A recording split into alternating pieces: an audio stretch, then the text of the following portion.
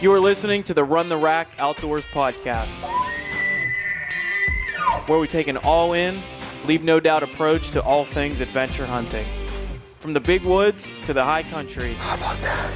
Let's learn together as we discuss with our expert guests on what it takes to be successful in the backcountry. I'm your host, Weston Homa. Let's get into it. Go Hunt has a single purpose: make it easier for hunters to get into the field. Hunting tags are only getting harder to obtain, and Go Hunt is a research platform helping navigate the ins and outs of drawing tags and researching hunts across the West.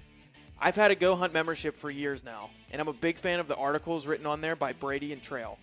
The content is next level stuff that has helped me a ton. From animal behavior to archery, they are sharing all the nuggets. I also love the hunt films on YouTube. They are extremely inspirational, and they'll make you want to get out in the mountains ASAP. Check out the Go Hunt Gear Shop, where they have everything you need for this coming hunting season. Use the code RACK, that's R-A-C-K, for 10% off eligible items in the shop. And you can use the code RACK for $50 in-shop credit when you join as an insider. So sign up for a membership and immediately get $50 back toward hunting gear. Check it out. You won't regret it. Mountain Tough produces industry-leading functional fitness programming tested and proven by backcountry hunters and mountain athletes. Mountain Tough's programming allows users to train at home, at the gym, or on the go. These videos are like having a personal trainer right there with you every workout, wherever you are. Guys, I've been rocking the Mountain Tough workouts this past summer. I've been doing the mountain strength workouts as I'm putting on a ton of miles prepping for my 100-mile ultramarathon. This way, I'm going to be totally ready for hunting season once September comes around. There's also so much more video content on the app, including nutrition, yoga, mental health, and one of my personal favorites is the daily mobility. Use code RACK for 1 free month on the app. That's RACK, R-A-C-K, for 1 entire free month to try it out. Give it a look, and let's get Mountain Tough. All right, everybody. Welcome to another episode of the Run the Rack Outdoors podcast. This one is a little different. We're in my buddy's house here, Mitch Hoffman. So we're in the man cave down here looking at his bucks, his bull right here. We got a bear on the wall. And if you haven't heard Mitch Hoffman, he is my good buddy. Became friends just over the past year. And I really wanted to do a podcast with him because Mitch is the kind of guy that I think people need to look at more in the light of, the world. And I think it's easy to look at people that maybe they don't have a lot going on and they're able to chase some goals or whatever. And I think it's guys like you though, dude, that so Mitch is a blue collar guy, works 6 days a week. Long hours. He's married. He's got 2 kids. And this dude is still out here running. He ran his first marathon this year. Yeah, well, thanks to you. I mean, I'm not. You're my trainer. I can't take. Dude, you did the miles, dude. At the end of the day, but you ran your first marathon this year. Yeah. What was the time? 3 hours. What? 3:16 at 3:16. Yeah. And did not grow up running or any of that. We can get. I want to get into Mitch's backstory a little bit. But dude, you're the guy. You're the guy that people need to see because it's so easy for guys. I hear it all the time because I'm in a different, we're similar in age, but I'm just in a different different situation. I don't have kids. I'm not married, whatever. And I hear from some people oh, just wait till you get married, wait till you have kids, you're going to blah, blah, blah. But dude, I truthfully look up to you, guys like you and you who still has kids and gets it all done, gets up at 4 a.m, gets your miles in, goes to work, comes home, super dad, lifts the weights, and then gets it done every fall. And still makes your trip out west. Dude, you killed a moose last year, got all these bucks on the wall. All right, so that was a big intro, dude. Yeah. But that's why I wanted to have you on here, talk a little bit about life and family and working hard and all these things. So welcome to the show, Mitch. Thanks, man. I'm honored to be here. I'm honored you asked me. It's just been watching this thing since you started it, and it's I don't know, man. It's awesome, and I'm proud of you for doing this. It's sick, man. It's I mean, for you to ask me to be on here, I can't believe it. 'Cause you had guys like Aaron Snyder and all these other guys on here that are real good at hunting the West and survival and all that stuff. And I can't believe it. I'm sitting here, but I don't know. Well, dude, I think that's why I love this podcasting so much, because I just love good conversation, whether it's about hunting or just about working hard or just about life. And there's something about, I think that's why I also love running so much, because you can just get together with somebody you don't even know, go for a run when you're kind of both going through that, like, adversity, endorphins are pumping. You just end up having, like, good conversation. And so what me and Mitch did do for a while, well, not since I blew out the knee, but we'll do those long runs on the weekends together. And we just had such good conversations about, life and family and working hard. And it's like, I asked him on the last long run I did before the 100-miler, dude, I want to have you on a podcast because I value these conversations. And at the end of the day, I don't care how many followers the guest has or whatever. I love good conversations, and if I think they can add value to other people, maybe if there's guys listening to this that deep down they always wanted to get into hunting more or hunt the West for the first time or get in better shape or whatever, but they keep kind of saying, I got kids, I got this, that, and the other, I work blue collar, like whatever, and I just can't, but deep down they want to. Well, here's a guy that's doing it. So, that's it, man. So, dude, tell me, I'm talking way too much. Let's hear Mitch's story a little bit. Tell me about family, kind of like your journey as a hunter. Okay. And then even the running too, dude. Yeah. All right. Well, I grew up on a small little farm in southwestern Pennsylvania. And hunting was like just always what I was going to do. Like I remember so like rifle season's real big in my family, right? Like we're the guys that get together and the deer drives the whole 9 yards. Well, I remember being a little kid and my dad, like night before deer season, maybe or something like that, like calling up his buddies, getting the game plan and all that stuff, where they were going to meet and the drives they were going to do and all that stuff. And I just remember sitting there like, dude, like that is like, I cannot wait to turn 12, Now it's not, you don't have to be 12 anymore, but I just can't, like, I just want to turn 12 so I can go deer hunting. Like that was the thing. And then watching the Outdoor Channel, and my dad got me into shooting and stuff when I was young. Like I got a 22, I was 10 years old, but BB gun, man, my parents got me a BB gun. I was like 4 and I wore it out, man. Just like, couldn't even tell you how many BBs I shot out of that thing. It wouldn't even pump anymore. Yeah. And then got into shooting bows and stuff, but it's just, I don't know. Hunting was, now, I mean, it's not my full identity anymore since I got kids and stuff like that, but hunting was like my identity forever.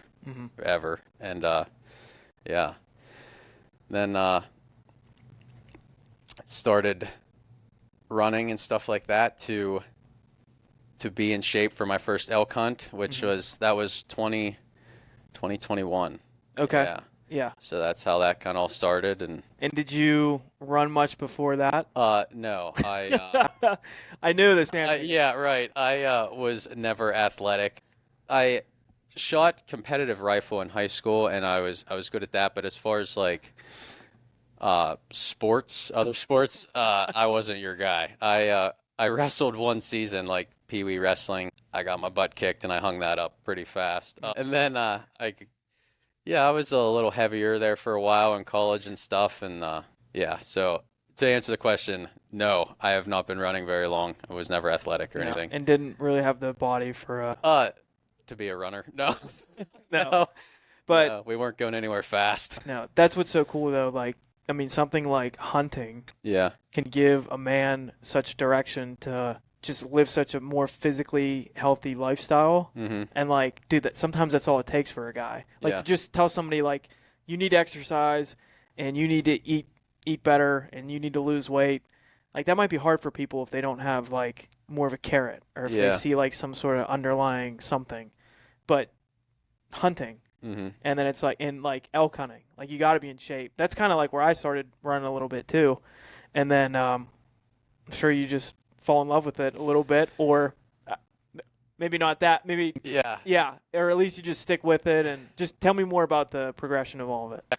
So as the progression of like running, or how it all tied in together, like hunting and running and stuff, or Well, maybe let's start with that. So we elk hunted for the first time, yeah. and how'd that go?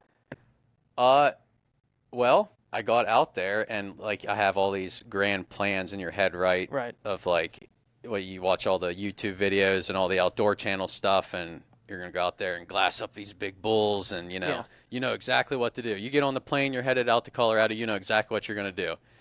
And then daylight, the first morning, you're standing there staring at these mountains, and you're like, I have no idea what I'm gonna do. These mountains are huge. Like, Yeah. where are the elk? It's just, I just ended up hunting them like I was hunting whitetails, and because that's what I knew. Just poking around in the woods and finding tracks. And so I hunted the first 2 days, didn't see nothing. Then I got on some tracks the third day, and the very first elk I ever seen in the wild, I shot. And, Yeah. yeah, it was, yeah, that guy. And that's this bull right here. Yeah, Yeah. yeah, I'll never. I mean, I can still picture that plain as day. Just sneaking out along this real steep. I was at 9,800 feet, and just in the snow. It's perfect. I was on elk tracks, just sneaking out along this bank. Well, I mean, we'd call it a bank, but it was a mountain. Yeah. And I just kept like seeing the tracks and the droppings and stuff, and I was like, man, like it is fresh. Like I'm right on top of these things. I just kept poking out along, and I'd just walk a little bit, and I'd stop, and I'd look around. Well, I just happened to look down, and like 70 yards below me, there he stood, and he was facing up, and I just like, it all happened so fast, but like I froze almost because I was like, I couldn't believe. I'm like, there's an elk standing there, and I'm elk hunting. Like this is like I've been waiting for this my entire life. Yeah. And holy cow. Yeah. So I just like dropped down on my side, and I had my rifle laying like across my chest, and I'm like, okay, like he can't see me because I'm laying on my side. And there's a stump in the way. I was like, I'm just gonna click my safety off, and I'm gonna come up over that stump, and I'm gonna shoot him. I did that. Come up over the stump, and I just remember he was turning his antlers back and forth, and he was facing the hill, like the mountainside, but I was above him, and so I was like, I have to wait till he turns, his rack, because like I don't want to shoot one of his antlers off, and I was so like I had tunnel vision. I was so fixated on this.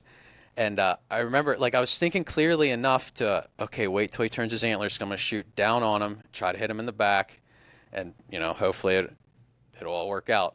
Well, I remember I seen this other pair of elk legs walk through my scope.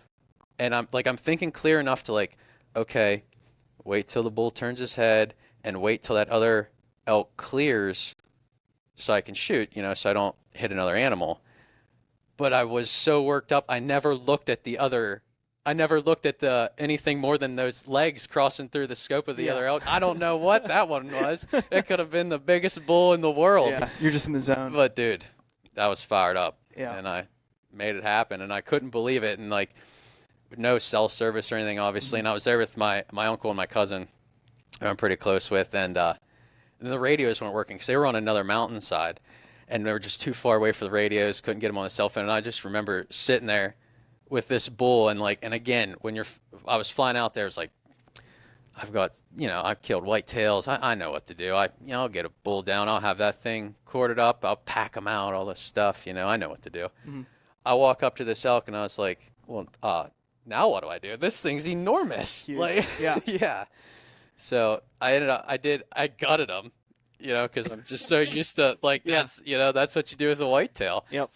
And, I'm trying to roll him over, and I ended up tying up two of his legs. It was so steep and the snow was slick. I ended up tying up two of his legs, so I get in there to gut him out, let him cool till I got a hold of everybody else. And finally I got a hold of them, and they were all excited. They come up and they found me.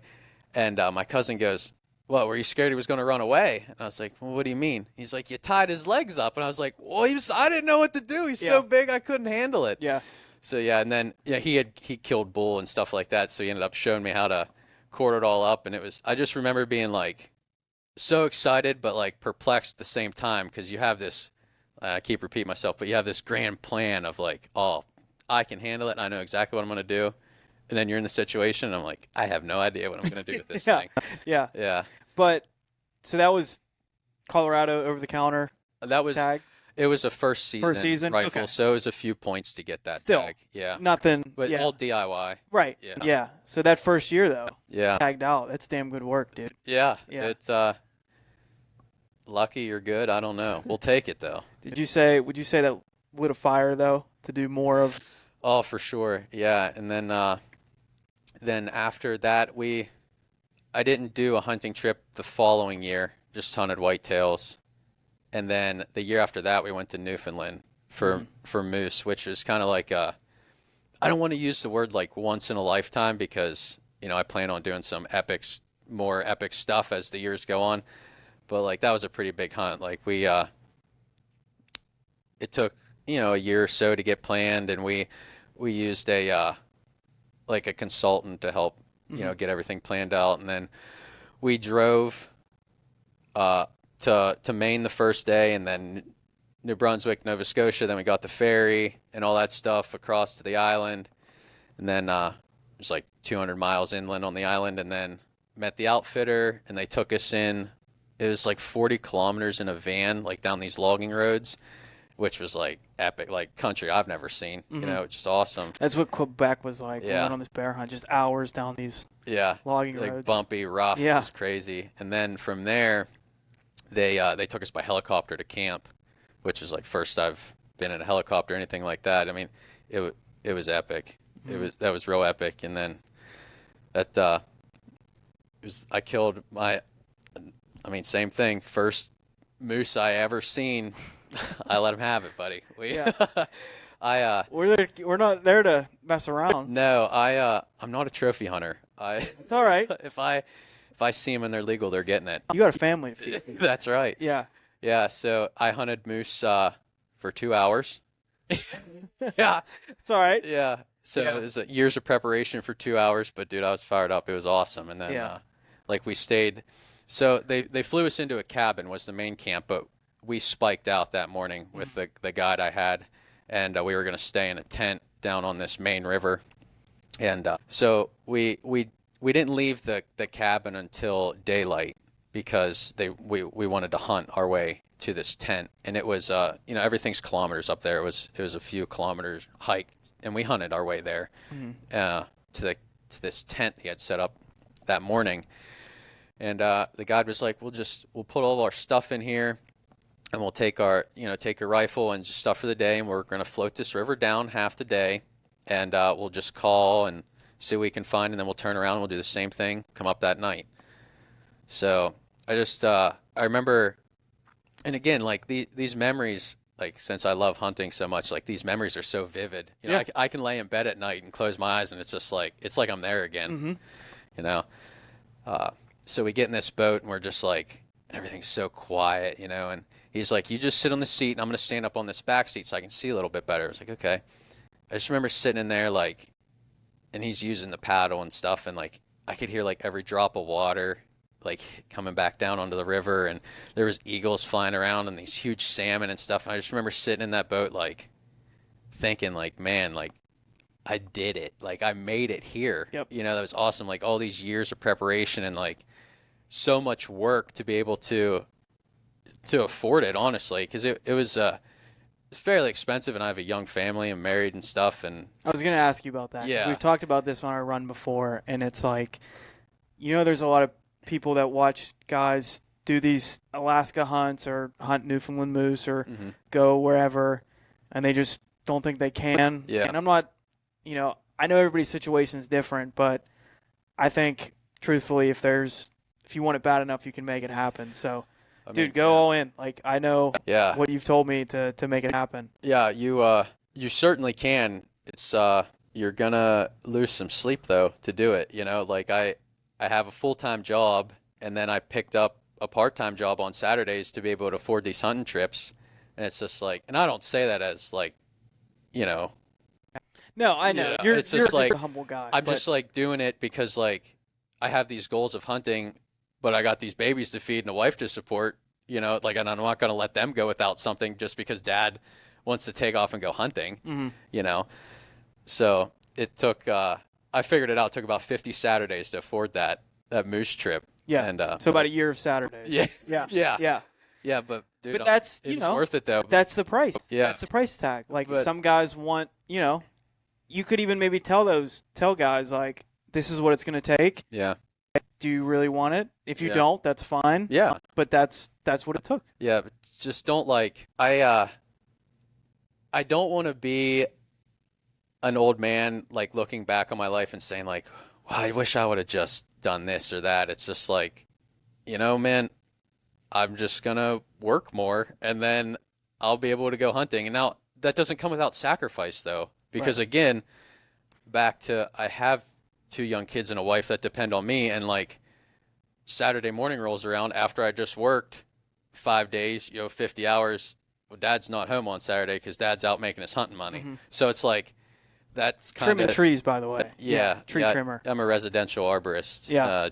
Do tree work. Sorry if I didn't say the right That's thing. all. It's all good. It's all good. Yeah, all Yeah. around like the Pittsburgh area. Mhm. Yeah. So Not it's easy like work. no, but it makes you tough for hunting season. There you go. There you go. Yeah, but like, so like, yeah, I mean, it is, I guess it could be viewed as a little bit selfish, but like, I don't know, if I want to be able to afford these hunts, I have to do something, I have to figure it out on my own, but yeah. Yeah. And then what's interesting about it too is like I can only relate to this a little bit, but something that I learned when I started like running ultra marathons and marathons and like on the weekends I'm waking up and I'm running 20 miles first thing in the morning. Like it's kind of even harder when you go after a big goal and you're going to sacrifice so much more time and then it drains you physically. Yeah. But it's kind of that nobody cares, work harder kind of thing because we say that all the time. you can't, right? Yeah. Because you can't then show up for the family out on Saturday evening Yeah. after working that day and be like, well, I'm working all these Saturdays. I'm tired. Like, no, you still have to, like, you just put in that extra time. You're more tired. Yeah. And you have to now, like, it's like 2 things. Like, now you have to even, like, you put in the time for the extra work, and then you also have to rise back up to, like, be present and be a dad. Because I kind of remember, like, my family gets together on the weekends and stuff, and for a short period of time, I was almost just like, I'm not going to that. Like, I just ran 20 miles. But then you realize, like, well, that's stupid. And that's selfish. Like, you can't do that. You have to do. So it's like, I heard Nick Bear say this on an episode on his podcast. Like, when you want to run marathons, and that's just a metaphor, add in whatever. But if you want to run marathons, you have to become a marathoner and a dad. Yeah. Like, that doesn't go away. The dad doesn't want to go away. And then he also said, because he runs his own company, like, if you want to be the CEO and run marathons, it's it's not, this for that. So yeah, and like I know the running's kind of a selfish sport, a little bit. Like I think about that too, because like, and I don't, and I hate to say like, well, about all the hours I work or something like that, because there are men out there working more hours than me and stuff like that. So like I hate to say it in that way, but like, so I'm gone, the 6 days working. And then I'm going to wake up on Sunday morning and meet you or whatever, and I'm going to be going a couple more hours training for a marathon. And it's like you got to battle that too, because you're like, I got the kids at home that like want to see dad, and I got stuff I need to do. So it's like it's a balancing act, man. I will say you do have a very supportive partner. Yeah, and who's awesome. Yeah. And a great cook. We had some dinner today. Yeah. That was amazing. I mean, she's awesome. She's like, God made the best woman when he made her. And like, it's like so thankful that I have her, because like she handles everything within these 4 walls. She handles, and that makes it so much easier on me, and like dude, when I go on these trips or going for these long runs or whatever, dude, she's never given me a lick of trouble, man. And it's like so thankful for that. Like she's, I'll took off to Newfoundland for 14 days or whatever. We have 2 little kids at home. She never said anything but positive things. Like, go get them. Like, and a lot of guys don't have that. Yeah, so and that's true. I'm pretty lucky to have that. Yeah, there are guys that if they tell their wife they're gonna go like, I finally want to do it, honey. Like, I'm gonna go hunt elk. I'm gonna be like one of those guys, like one of those Sitka guys. Like, I'm gonna go do it. I'm gonna be gone for 10 days in September, and their wife might be like, yeah, probably not. No, you're not. And then, I mean, I don't know. I can't really give advice there, but I mean, those relationships like that are out there. And then, what are you gonna do? But I mean, I can just tell you just from what I see with her, she's just awesome. The one day, for context, like, so me and Mitch will get, so Mitch works 6 days a week, whatever, 70 hours, blue collar, and then he'll still hit me up Saturday evening and be like, how far? And I love how it's like, you put it on me. You're like, tell me where to be and how far are we going? Yeah. And I'm like, well, this dude just kicked more ass than me this week. Like, I got to show up. So I'll message you back and be like, we're going to this park and we're doing 20 miles. And you're like, roger that. See you there. It's at 6 a.m. Yep. Roger that. See you there. And this was in, I guess when all winter, once I had my ankle better. Yeah. Like February, March. That's when we picked it up. But, you know, it's cold. It's March. 20 miles, 6 a.m. on Sunday. Roger that, brother. See you there. And then, dude, there was times as we kept doing that, she starts running as well. And the one time I'll never forget, we finish up, and I see her, like, running in, pushing Boone, your son. Who's how old? He's like 16 months. 17 months. Yeah. She's going to be so mad that I didn't know that answer. She He's not 2. Okay, yeah. You know, whatever, somewhere around there. Yeah. Like, and she's pushing him, coming right back into the parking lot as we finished up, and she did how many miles that day? Like 10 or 11. 10 or 11. And that's how incredible pushing is him that? In a stroller, yeah. Super mom pushing him in a stroller, and she's running a half here. Yeah, we got a half coming up in 4 weeks. Yeah. And then she's running a full in November. Yeah. Which I dipped out on the full marathon. She's like, do the full marathon with me. And I was like, honey, it's hunting season. Yeah, we got things to kill. I can't be training like that in hunting season. Right. But, dude, that is just badass of her. And did she grow up running? Was she a big runner? She was a cheerleader and stuff like that and, like, acrobatics, but not running. But just jumping right into a marathon with 2 little kids at – and how old are you guys? We're 31. Well, she's – 31. Yeah, I'll be 32 in October.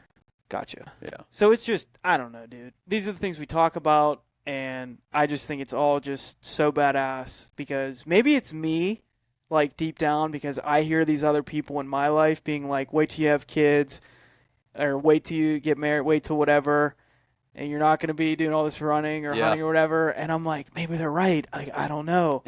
But then I'm like, Mitch is doing it. Yeah. Like, they're doing it, so it just, I don't know, dude. It's awesome. Well, thanks. I appreciate that. It's but I mean, like just like we were saying, she helps out a lot though, so it makes it easy on me. I've heard couples say like how marriage is work. Like it's a lot of work to keep a marriage like happy and healthy and stuff like that. And I don't know how to say this really, but like my marriage isn't work. It's like it's great. It's like we're happy. We're both pulling equally as hard in the same direction for the same goals.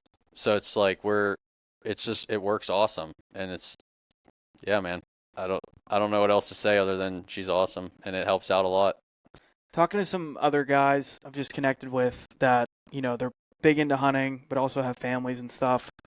They say what's just important is like, if you're driven, and obviously people that, you know, want to go hunt the West and do all these things, it's important for your wife. Maybe she's not into that. She may or may not be into that stuff. Yeah. But it's important for your partner to be equally as driven. Yeah. Could be into something else, or it could be, you know, just as driven in your family goals, but like needs to also be goal oriented like that. It sounds like you are. Yeah. It helps if you're both passionate about things. You know, and if it's not the same passion, that's fine, but at least you can have respect for it, you know? Yeah. So. Yeah. Well, I think I kind of cut you off from It's the all moose. good. So, wait. So now, where were we? We're in Newfoundland. Yeah. We get in.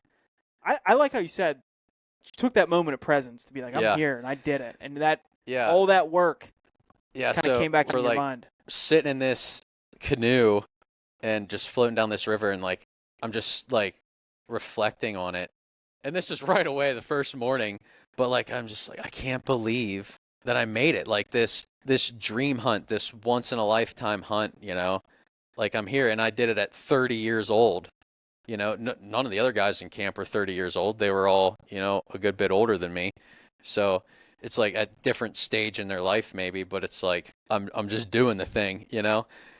And I just remember like he's paddling and like every time I pick it up I hear all the water like dripping off and it's just like trying to like take it all in and we're floating down for a little bit and like I'm not seeing anything but I'm looking like just so like excited, you know? Yeah. And all of a sudden he taps me on the side with the boat oar, so obviously I know something's going on. I look back and he's like, you know, shushing me. He's pointing, and I look and I just see this rack in the tall grass along this riverbank going back and forth, and I'm just like I just like, holy cow, Yeah. that's a moose. You know, I can't believe it. So, and he goes, he's like, right there, Lane. He's like, he's probably laying with the cow up there. He's like, you know, it's first moose, you know, we've seen. We're still early in the trip. He's like, do you like that one? He's like, he's not a trophy class bull. And again, and like that's his job to explain that. That's fine. But we're back to I'm not a trophy hunter. I'm excited to be there. I got a moose tag. He's like, do you like that one? I was like, yeah. And then like he almost was like surprised because the week before that he had a guy that he got on a couple moose and he wouldn't shoot any of them. He's like, I'm not leaving Newfoundland without a moose over 45 inches. And for Newfoundland, like that's a really, really nice moose. So they didn't end up getting one. So I think when he's like, do you like that one? And I was like, yeah, like right away. He's like, all right. So we got out and we portaged the canoe and we put a stalk on him. We seen him from like, I mean, this river's, you know, it was enormous. We seen him from like 175 yards away and, the water was real low. So, and we had, you know, high boots and stuff on.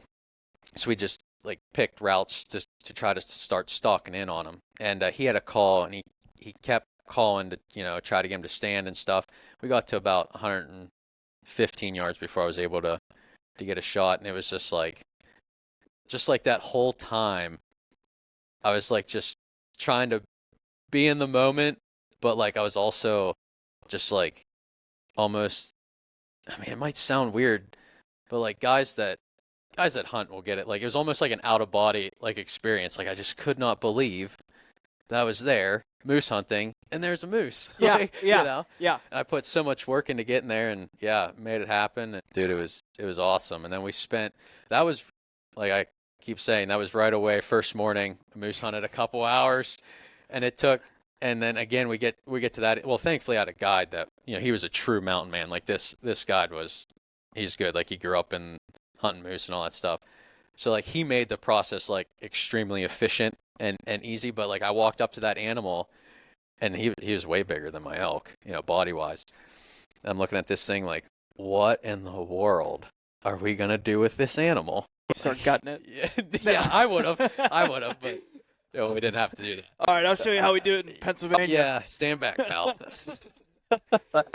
No, Yeah. dude, I couldn't imagine. I know they're huge. Yeah, it was awesome. We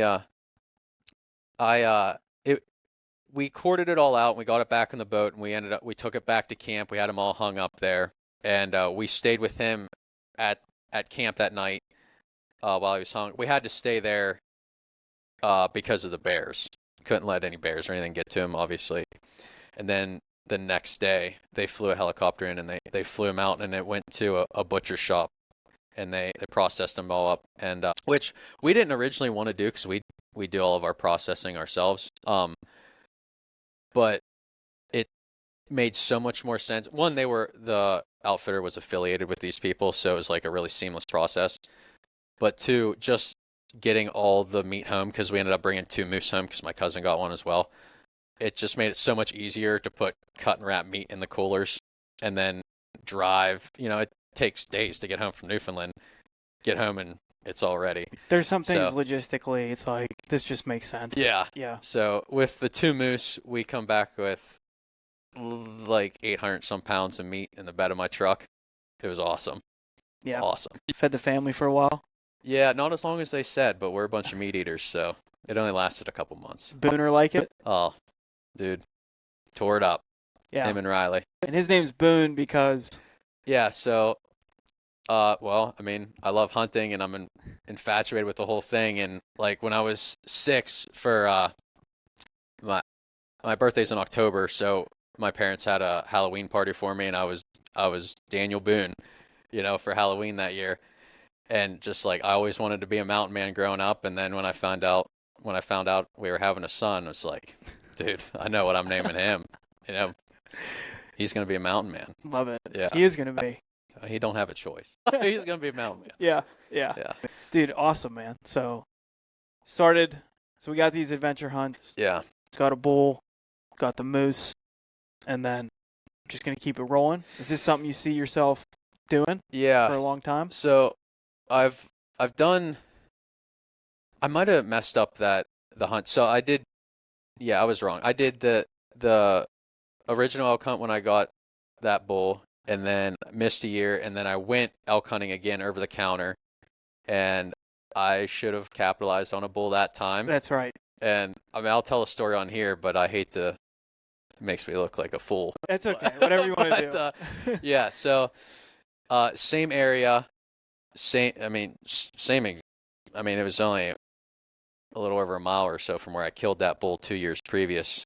But over the counter season that time, and which is a hard time to kill a bull. Yeah. I can't even express because I've done that hunt 2 years.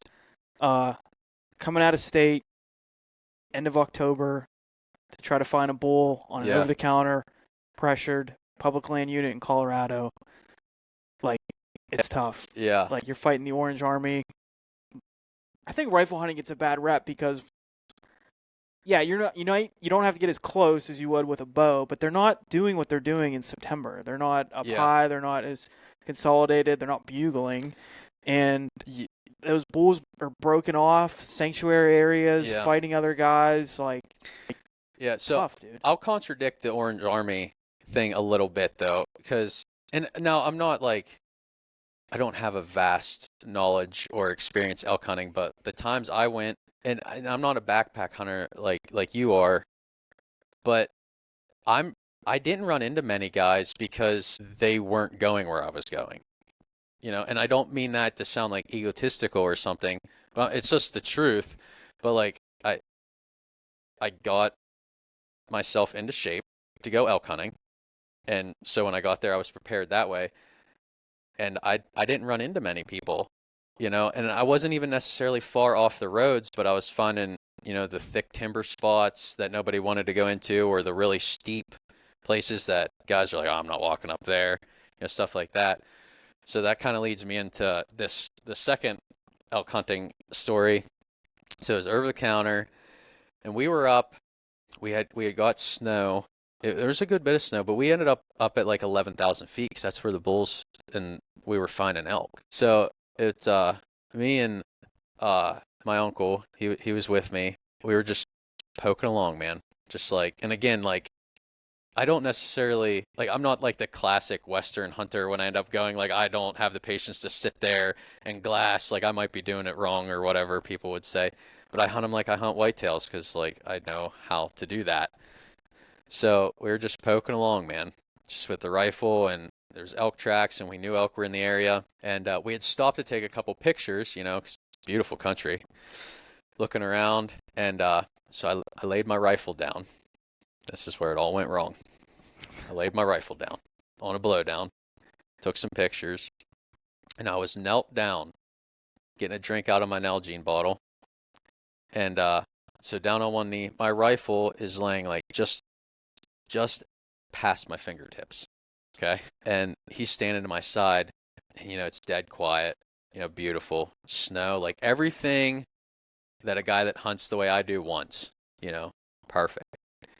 Just like dead quiet, and all of a sudden I just hear something, and I'm knelt down, have my bottle like this. I just happen to start picking up my head, and we're in the dark, like it's dark timber, and it's like patches of dark timber, like there'll be a big patch here, and then like rocky outcrops and stuff. Well, we were in one of those patches, and just like happened to hear something, and I look up, and dude, that bull is standing. I kid you not, he's not even yards, he's feet. He's feet away. He's from here to that couch right there. I didn't know Like, exactly. I could see his eyelashes. I'm not kidding you. And I was like I froze, and my uncle goes, Mitchell! And dude, that bull, it's like the cartoon Bullwinkle or something. Like, he's like trotting along. He must have been looking for cows or something, because he was working across this mountain. And he's like trotting, and like, it's like he stops like this and is staring at me, and I'm staring at him, and I just like lunged for my rifle, and dude, he's feet away, and he spun around and ran off, and I'm just like, I cannot believe I just did that. Like, I know better. I know better than that. Yeah.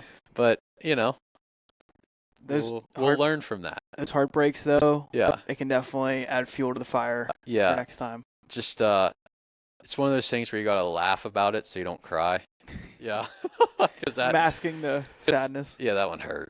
Yeah. That hurt. Yeah. Because, like, I should have been, and, like, that's unheard of for a guy to go from Pennsylvania to Colorado. It'd have been, 2 hunting trips back to back. If I'd have been able to kill 2 bulls, Yeah. that'd have been like, Yeah. that'd have been nuts. You were right there on the second one, too. So Yeah, but I messed up, and you have to accept that. I can't argue that because my mindset on Yeah. things. Yeah. But, dude, it's still awesome, though. Yeah, so then it was that hunt, and then we went to Newfoundland. Right. Yeah, and then I got back from Newfoundland, and I killed a really good buck with my bow in PA, like the next week, so I was riding a high for that one. It was good. And then we got into, then in bear season in PA, we got into some bears. We had some shooting, but we didn't bring one home, unfortunately. Bear season's a big thing with us. We get a crew of guys together, and we all publicly in big woods and stuff like that, all around southwestern PA. We drive bears, and it's a good time, man. That can be fun too. We were talking about drives earlier. Yeah, a lot of people don't like hunting like that, but I love it, man. It's like it's a team sport kind of thing for me. Like, I'm there for the group. Like, put me in, coach. What do you need? Yeah. I love it.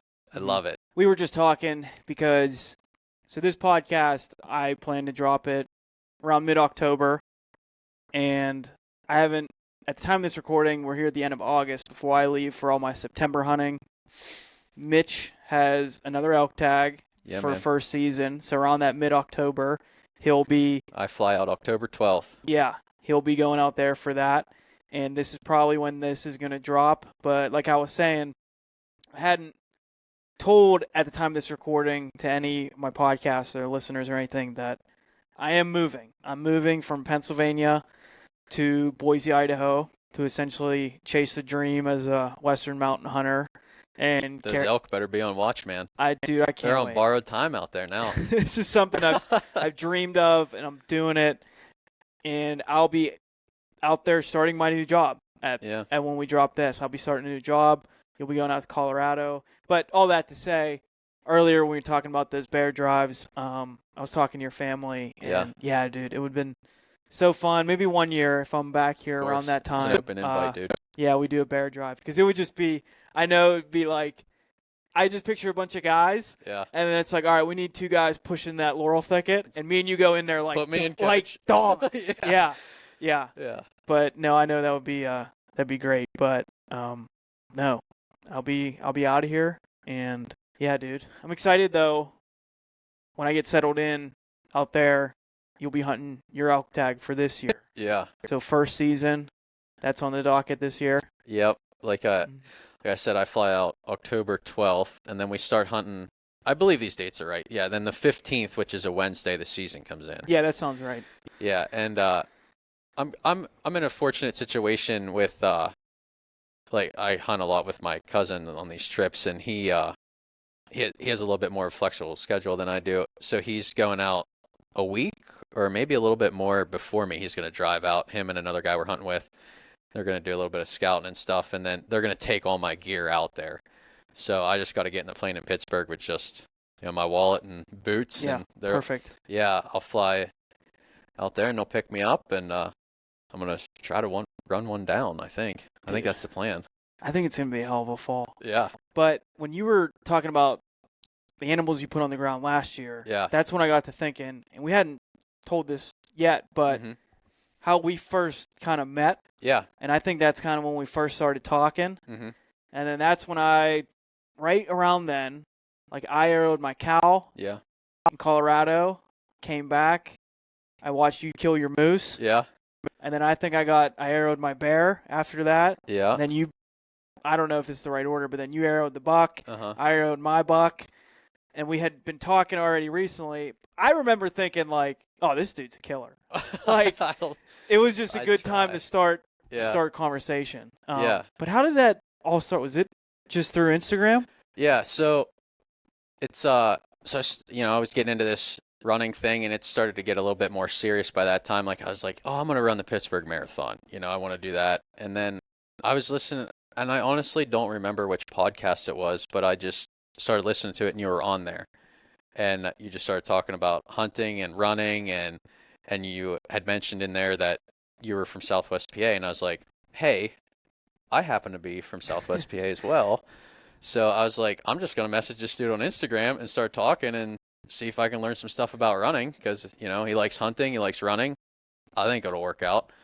So yeah, and then then it was hunting season right when that was going on, so we didn't meet up for any runs, but it was just like right after that. And then it seemed like every Sunday there for pretty much all winter into the spring, we were getting together every Sunday for like 20 miles. Yeah. In the snow and the rain and the yeah. And I'm gonna pump your tires because I know you won't. Okay. I think when you first reach out, you were just doing 2 miles in the morning. Yeah, I was nothing like I am working up to now. Not that I'm like a great athlete or something, but I'm a little better than I was a year ago. I would do like 2 miles every morning, and then on Sundays I would do like a 5 miler. And at that point, I was like, oh, like how much further do you need to run? Like right. Oh, I got this. Got this figured out. Yeah.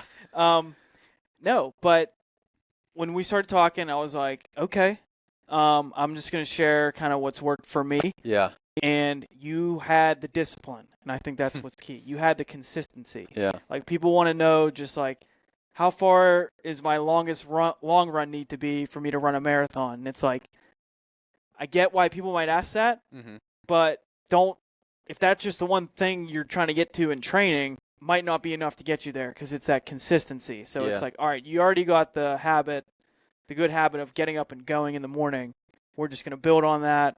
And then I helped you through some other things. Well, I mean, you built my whole training plan. It's a little bit more than just helping me. I was like, well, I'm not going to promise anything, but here's what I would do. Yeah. And then I got to the point, man, I then broke my ankle. I was posted up in the winter. Yeah.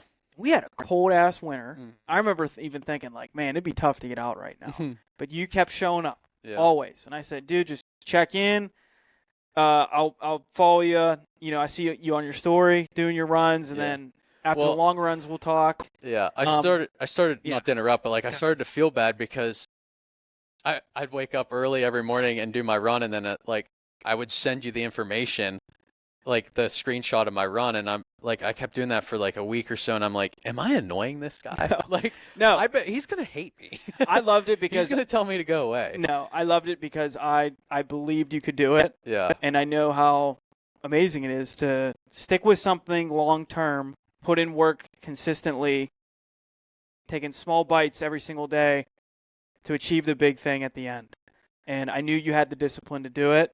I was just kind of giving you little nuggets as we went. But it got to the point where, so I recovered from my broken ankle, and then in the spring, I need to get my ass back more in shape. We just started getting together for long runs. Yeah. And until this point, it was just a lot of messages. And then I think that's kind of where friendship really grew. Yeah. So that's, again, why I kind of love long runs, or just, I mean, even on a hunt, I've been with guys I don't really know.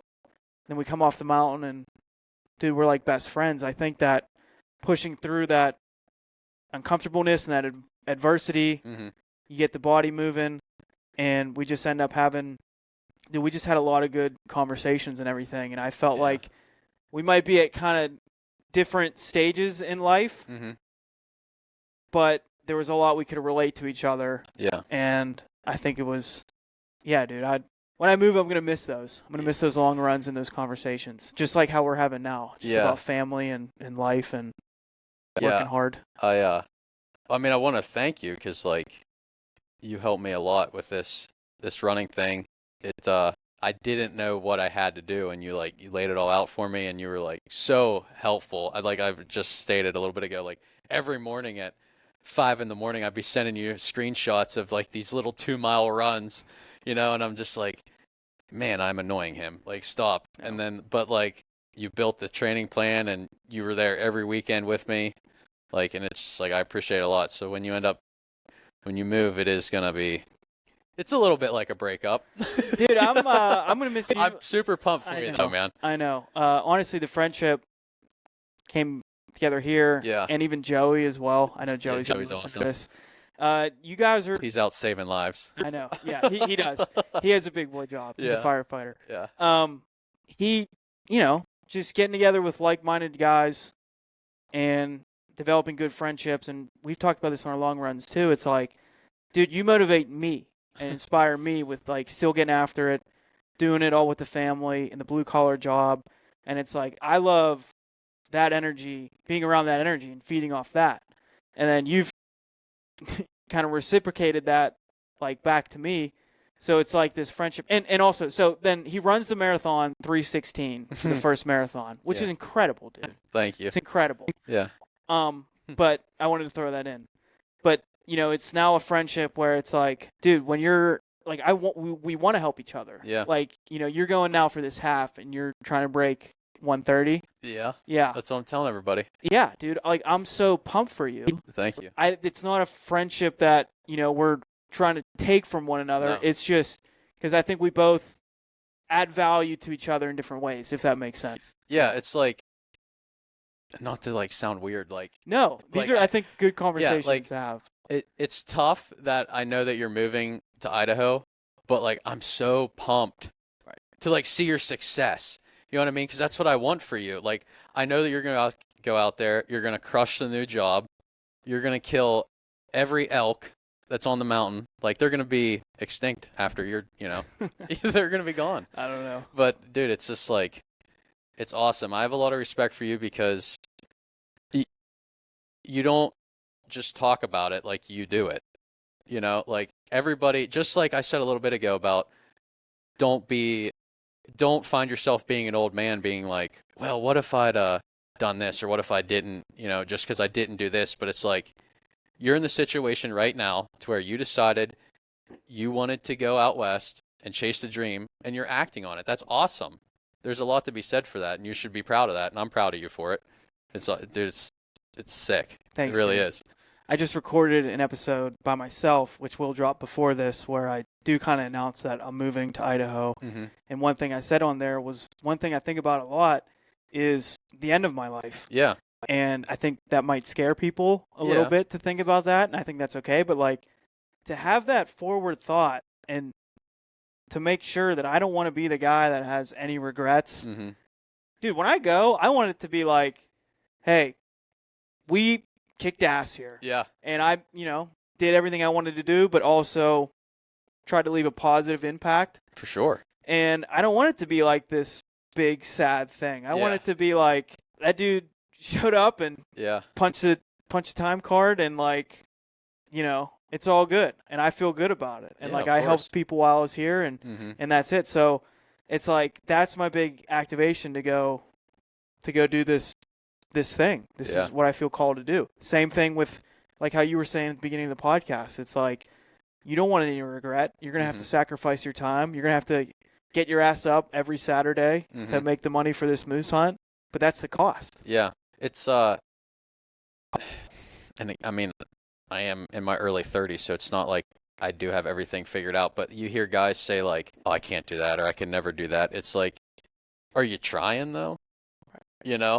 Like you might just have to wake up earlier and work harder, and like you're not gonna go out boozing on Friday night with everybody because you have to get up and go to work to achieve what fill in the blank. Like it could be whatever. It doesn't have to be a hunting trip, but like you can do it, man. And it's that I'm kind of going on a tangent there, but like I don't know. It's frustrating to me when people talk like that. It's just like, dude, don't. If you're setting limitations on yourself, you're just not going to achieve anything. we've talked about this on our runs, guys you talk to like in your day to day. Yeah. And you're showing up to work with already 5 miles knocked out in the morning in the dark by yourself with the headlight on. Yeah. And then you hear these guys talking the way they are. I understand, dude. It's a little bit frustrating. Like, you want to help people, but it's hard to help people when they don't want to help themselves. Yeah. It's real easy to talk about it, but it's not easy to do it. I think that's the problem. Well, it is the problem. You don't, Right. And it's simple. It's simple, but it's not easy. Yeah. I think that's the message. Yeah. You have to be, just have to want it. I don't know how else to say it. Like, you and I talk about this a lot, and like, you and I are on the same wavelength. So it's you literally just do it. Like, that is it. You just do it. Yeah. There's no other way to explain it. Yeah. I remember we said that on our runs too. Like, it's hard to explain, but like, it's that simple. Like, you just have to do it. You have to figure out what you want. So I have that little clip I took after I ran Grandma's Marathon, and I got my goal of sub 250, and it just like came to me, and I've repeated it multiple times where it's like, it's that simple. Figure out what you want. Yeah. Show up every day, put in the work, and that's the magic. That's it. It's a lot of people want and again, like, I don't have it all figured out. Neither do I. Like, neither do I.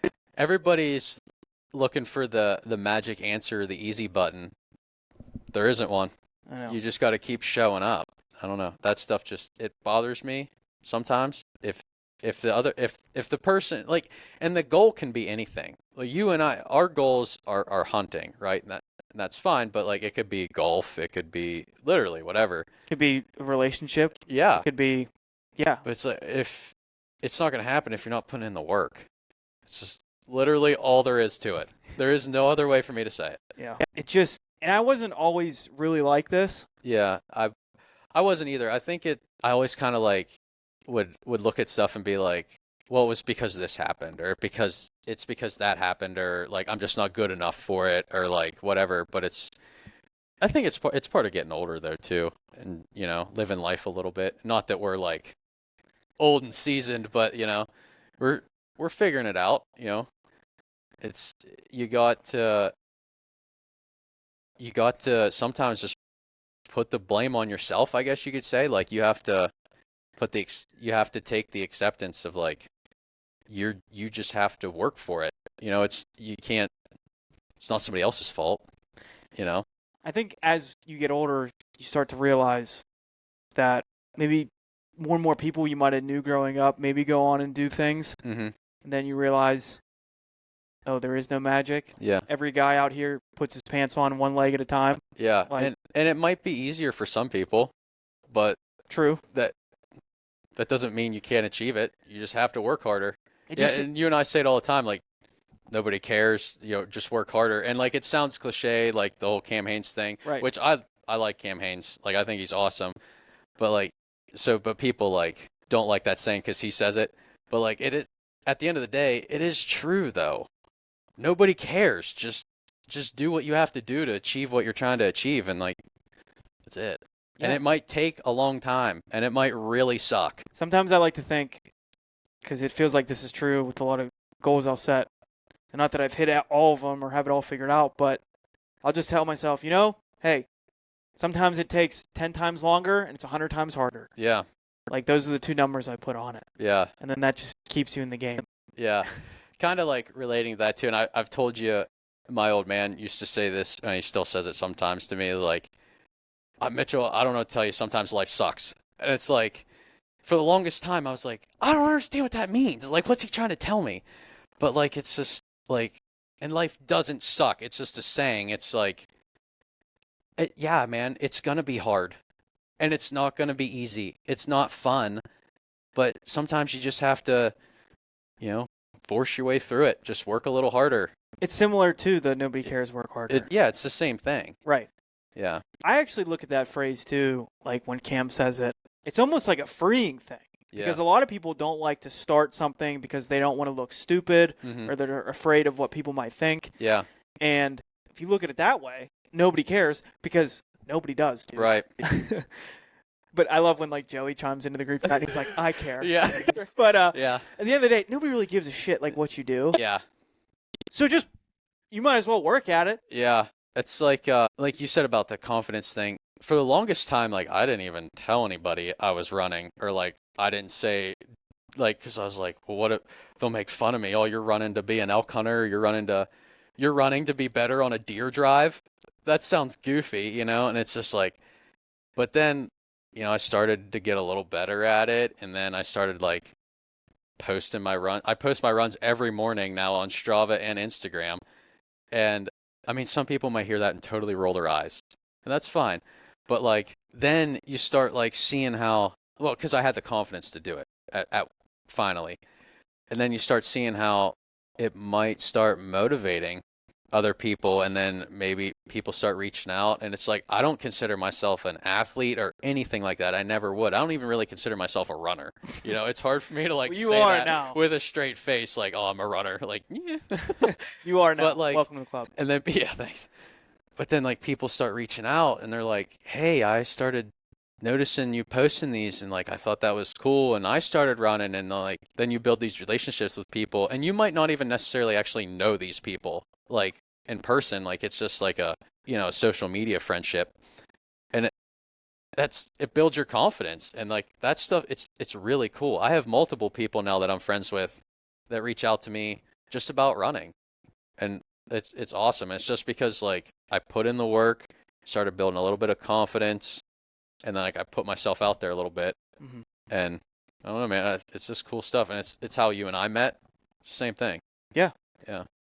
I relate to that 100%. Yeah. When I get a message from a guy that says like, dude, I haven't been running, like I haven't ran since high school football, and I've been getting out of shape. I've been getting more motivated watching guys, and I didn't want to run today, but I saw you post on your story that you did, and I put my running shoes on, and I got my 3 miles in. Yeah. It's like, dude, I'm not saying that for me to lift like my own ego. Yeah. I'm just saying like that's what makes the world go round. Because I was on the other end. I'm still that other guy. Yeah. When I watch somebody else or watch you, yeah, or Joey, whoever, or any Joey, yeah, I feed off that, and it just seems like, dude, I don't know. I believe everybody can change if they're not that person, but it just seems like there's two types of people. There's people that will look at that stuff and be so inspired, and that'll just get them out the door. Maybe they can't do that to the fullest extent that person did, but they take one step. And like, but that's how it goes. That's where you start. Yeah. But that's one person, and then the other person will just say well, he's just a whatever, or I don't have time to do that. I have this, that, and the other going on. I've always had a bum knee, or like I can't, whatever. That's just what it seems like, dude. There's two types of people, and yeah. It's like Brian Call says, like some men can and some men can't. I love that one. I really do. Yeah. But I don't know. And like back to running a little bit. It's like, and I've said this a couple times when I posted my runs, like it doesn't matter how far you go or how fast you go, just like show up for yourself. Just go do it, and like you start building your confidence. And like if I could go back 15 years and tell myself that I was gonna be running and run a marathon, and now looking at other runs and considering an ultra marathon next year, I'd be like, nah. Which you're gonna crush. I don't know. I'd be like, yeah, no way. But here we are. Same for me, dude. Yeah. And I think that's good advice. Everybody listening that wants to go do something like that and just start, you got to do it for you. Yeah. You can't.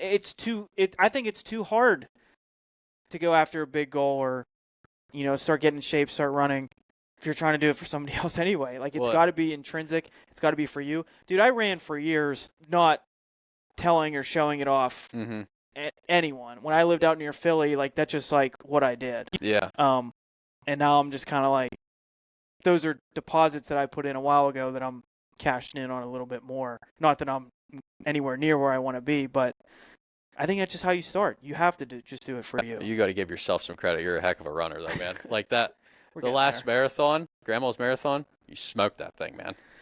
Dude, we're going to go. Hey, I will say this. It's pretty cool. Like, so Boston registration opens up around September 9th, 10th, 11th. You're gonna run Boston.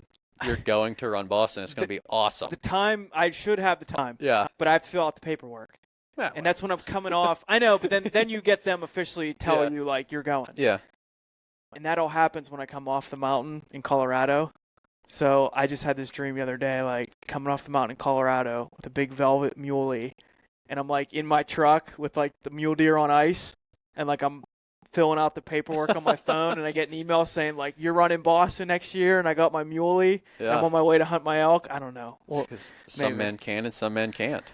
Well, dude, you got to – it's still – so there's that saying. And then I've heard the saying, I think it was like Henry Ford, whether you think you can or you think you can't, you're probably right. Mm-hmm. It's mindset. It's mindset, dude. Yeah. And did I believe I could run a 2:48 marathon 5 years ago? I can't say the answer is yes, but I believed I could just start. Yeah. And I think that's what you have to do. Your focus just has to become so narrow and on step one in front of you. And then maybe when you go to bed at night, you think like, oh, how awesome would that be? Yeah. But you can't just jump there. It's too hard. Yeah. It takes way too long. And if you think you're not going to get there because you started running for 2 weeks and you're not at a 6-minute mile yet, Yeah. well, that's not how it works, dude. So it's like, just start. You can have your dream way out there, work towards it, and then you're going to do other shit along the way that, like, you're going to fall in love with too, that, like, you didn't even think about before. Yeah. But it's all, you just got to start step one. Yeah. I mean, when I started running, I ran like a mile, like a couple times a week, you know? And I just remember like thinking to myself, like, I hope no one sees me. This, you know? Right, dude, it's embarrassing. Like, and that's why people I won't am start not because good at this. they're scared. Yeah. But then like you start getting a little bit better. And then also you're out there and you're like, you know what? If somebody wants to say something about me and they're not out here running, like, who are they to say anything? You know? It's like, start building your self-esteem a little bit. yeah, right. Right. And then next thing you know, somebody's calling you a runner. Yeah. And That's then, the first time that happens, it's a little weird. You're right. Like, ah. Because do you feel like this runner now, or do you kind of still sometimes feel deep inside like you're the dude struggling for that mile? I mean, just a few years ago, I was like 250 pounds. Yeah, and how much do you weigh now? Like 165. Unreal, dude. Yeah. Unreal. And during that time, having kids, doing all this, working hard, it just, I don't know, dude. It's just awesome. Thanks. But I bet you still, you still feel that? Like, I mean, like you still kind of, like when somebody calls you a runner now. No, I don't know that it was you. I definitely said this to my wife. Like when I was standing on the start line at Pittsburgh, I'm like looking around at all these people, and I was like, I felt like I had imposter syndrome. Right. And I was like, I am just a redneck in tennis shoes right now, and all these people look like really fit. Like they look like runners. Like, what am I doing here? But it worked out pretty good, and now we're signed up for more. So right. You just gotta just do it. And I keep repeating myself a little bit, but it does. Like you and I are talking about running, but it doesn't have to be running. Right. What you can find something you're passionate about. It doesn't have to be running. It doesn't have to be hunting. It can be, dude, it can be anything. Mm-hmm. It could golf. I don't know, bowling. Like I think it's pick something. Any craft. Joe Rogan talks about this a lot. He says when you see the way in one thing, you see it in all things. Yeah. And I think all the lessons we were saying here, where it's like you suck when you start, you feel stupid when you start, when you start making progress, you build your confidence a little bit, but then you still feel like imposter syndrome. Yeah. But you just see the progression, and all it is reps. Mm-hmm. So, dude, I don't know. We could go all day back and forth on this stuff, I think. Yeah. So, last thing. Okay. Just somebody in your situation, I think a lot of guys can relate to. I've beat it to death. Blue collar guy, family man, kids. Always busy, but still makes his hunting trips happen out west. Still works for these adventure hunts. Did the moose. You're talking about possibly going to Alaska. Yeah, we're thinking about that one for 2027. Thinking about Kodiak Island for deer. But all these things. Do you have any advice for the guy maybe listening that just feels like, I just can't, dude. I don't have the time. I got the family pulling at me in all directions. Yeah. I'd love to just go hunt elk on over-the-counter tag just one time. What advice would you give him? I mean, if you want it that bad, you're just gonna figure out how to do it. I mean, it might take you might have to start getting up earlier and staying up later, and you just got to put in the work, man. I mean, I'm really bad at explaining the stuff like that, but you know, you got to get your partner on board too, which, like we said a little bit ago, my wife is a saint, so that's awesome. But you just start, you know, getting your plan together, and then just carving out the time here and there. Like I started waking up earlier to do the runs to get in shape, and then I had to figure out the financial thing, so I picked up the side job, you know, to pay for that. And it's like, you can do it, man. You really can. Even though it feels impossible, you might have to plan it out a year or two ahead of time, and that's okay. But like, just start building and checking the things off the list to get there, and you certainly can do it. Mm-hmm. It's like, I don't come from money. I don't come from any of that. Like, and I'm making it happen. So, and I mean, not like I'm going on these huge hunts every year, but you know, I'm still making some dreams happen here. So yeah, it's awesome, dude. And do you think, you mentioned a little bit ago, so we did a lift, and then we shot the bows, and then we sat down here. Well, we had dinner and we sat down here, and you said something when we were lifting, like you just wanted to be in shape for your kids too. Yeah. Do you think that having kids and they motivate you? Well, I mean, certainly. Like, and I'm not a great weightlifter or anything. Like, you are way stronger and way more fit than I am. But like, I don't know. I have a home gym here at the house. Just like 3 or 4 nights a week, I go down after dinner. Like I say to everybody, like, come on, we're gonna go work out. And like, obviously, I'm not making my, you know, baby and my 6-year-old work out, but it's like, I just kind of want them to see dad doing something, not sitting on the couch. You know what I mean? And I'm trying to just show them that stuff, and hopefully that they pick up on that, you know, so that they can, you know, work on I want them to see me setting goals and achieving them, you know, and I want them to see all the steps in between, you know, like the running, the working. So like for me, my goals are the hunting trips, right? So like, I want them to see like all the running and the weightlifting and the going to work to get to that hunting trip. Now, whatever they choose to do in their life is fine, but I want them to see that you have to work for the things to get there, you know? Like I have no idea if they're whatever they're going to pick in their life, right? They're just little kids, but I think that's important. Like, I don't want them to see dad just coming home from work and cracking open a beer and watching TV, you know? Like, I just don't want them to see that in me, you know? I think it's important for them at a young age to see if there's something cool dad does for 2 weeks out of the year. Yeah. It's because of what he does the other 11 and a half months out of the year. Yeah. Every day. Yeah, but it's like, it's tough though, dude, because we talked about the whole, like, it is all kind of selfish though. So like, I fight that in my head, you know, because like the running, I'm by myself. The hunting trips, I'm by myself. Like the other night, me and my buddy down the road here, we went to hang a couple cameras out on this farm that we hunt. And Riley started crying when I said I was leaving. She said, I don't get to see you all week. You're working. And this is her first week of school. And she's like, I just want to go. And it's like we were just trying to run out real quick. We knew where we wanted to put these cameras. And then my 6-year-old's crying because she wants to hang out with her dad. And I'm just like, man, like, is this worth it? You know? I think there's a lot, I'm sure, still figuring it out. Yeah. But I think it's important. So I don't have the answers. Neither do that I. was kind of an open-ended. No, you know? I think it's like anything. Constantly learning and growing. And I still think, dude, I mean, I think she's just a kid being a kid. Right, yeah. You're leaving a much more positive statement to them, whether they realize it or not. And they're going to grow up and be like, well, that's what my dad did. Yeah. Like, my dad would work out in the basement. He would run before work. He would just work hard. Mm-hmm. And that's going to be such more a norm to them. And then they're going to then understand that is not the norm. Yeah. And then I think they'll have a ton of respect for it. and then hopefully they carry it out too, which I'm sure they will. I hope so. The most important job in this world is being a parent. And it's like, it's only something you understand when you have kids. Like, it's easy to sit here and say it, but like the first time you hold that baby, you're like, oh boy. It's all on you, big guy. Like, you got to figure this out, and you got to figure it out right now. But yeah, it's crazy. Well, you're doing it, man. Thank you. And you inspire and motivate me.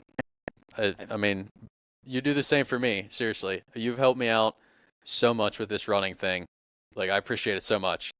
Like, you literally built my training plan. Like, it was awesome. Like, thank you so much. Well, dude, that's what makes the friendship fun. Yeah. We just like helping each other out and don't expect anything in return, but it's good stuff, man. I'm leaving, and it sucks leaving, but it's bittersweet, but it's bittersweet.